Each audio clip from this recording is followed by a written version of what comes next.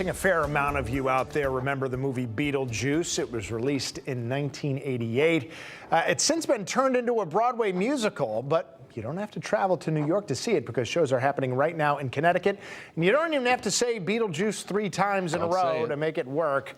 I bet you I just stole Matt's joke there. No, not at all. With the detail. Listen, I was just going to say, I'm going to say it 3 times, Beetlejuice, Beetlejuice, Beetlejuice, because Justin Collette shows up as a result. It is a great show. If you are a fan of the movie, there's a little difference in it, but the main stuff is the same.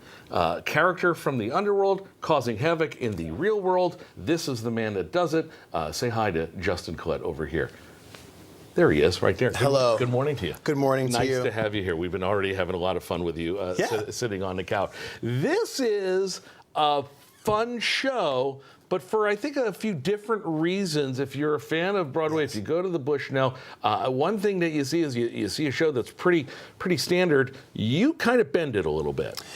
Yeah, I mean, our show is set. There is obviously a script and things that I have to follow. But yeah, we have a lot of wiggle room to interact with the audience in our show, which I think makes it feel a little more alive. Because if you know Beetlejuice and know the character, he's definitely a mile a minute. He's wild. Yes. And you kind of channel that pretty darn well, if I say so myself. Well, thank you very much. I don't have nothing to say to that. I agree. There you go. Excellent at it. All right, interview's done. That's it. Thank you so much for watching. I'm amazing. Come see me be amazing at the Bushnell. Yeah, that's good. That's it. Let's go to weather. Humble, very humble. This is what you get on stage. Is that hard to do? To improvise? Yeah. I don't know. You get in the mindset of the character. The character's so well written, and the script is so. It just to me points to such a clear person that if anything kind of comes up, it to me is pretty obvious how he would react in that situation. It's not much of a. He doesn't really keep a lot inside. He's a heart on his sleeve type man. Take us through the show if you're not familiar with Beetlejuice, and if you're not, what's wrong with you? Yeah. Take us through the plot. Let's go through that. The plot of Beetlejuice, no problem. So this is the easiest part. I was just saying I dreaded this before you do it. Okay, so here's the plot of Beetlejuice. So basically,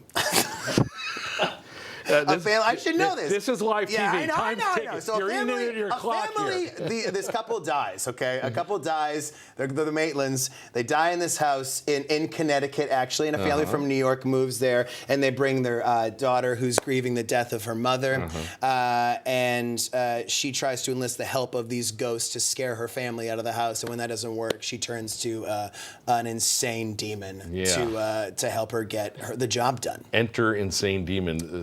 Sitting right here. Yeah. You've been on the road how long? Like 400 years. Always ask the question, quick, what town are you in? Connecticut. Yeah, okay. The town of Connecticut. That's a state, so we won't give you full credit for that. Okay, all right. Hartford, home of the Whalers. That's better. There's a couple of clips on the screen right now. When you see yourself, I mean, and especially that last picture that we just showed you, you kind of just running around. I mean, this is Alex Brightman. Common mistake. Is that right? That was Alex. Yeah, right? that was Alex. We'll get to that in a second.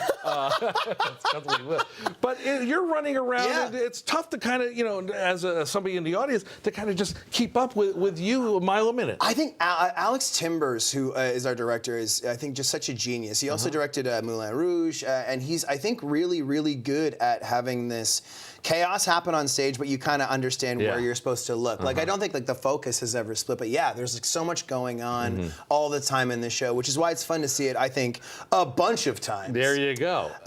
Because you can just catch new stuff. It's so dense and it moves so quickly. I will say we got to go in a second, but one thing that really surprised me was you say see it a bunch of times. Yeah. There were a lot of people in the audience who were repeat visitors, and they played into it, and they were hooting and hollering more than I've seen at a show in a long time. We have a very Rocky Horror Picture Show vibe, where a lot of people come dressed in costume. A lot of people know what's going on in the show, and it's fun. It's such a fun little part. And plus, you don't get the same show twice when Justin's playing Beetlejuice. I'm unable to do it. You were on Broadway as well. You did one other show that was really big, and that was School of Rock. And what's the coincidence here is who started that role and who did Beetlejuice on Broadway as well? Yeah, my buddy Alex Brightman.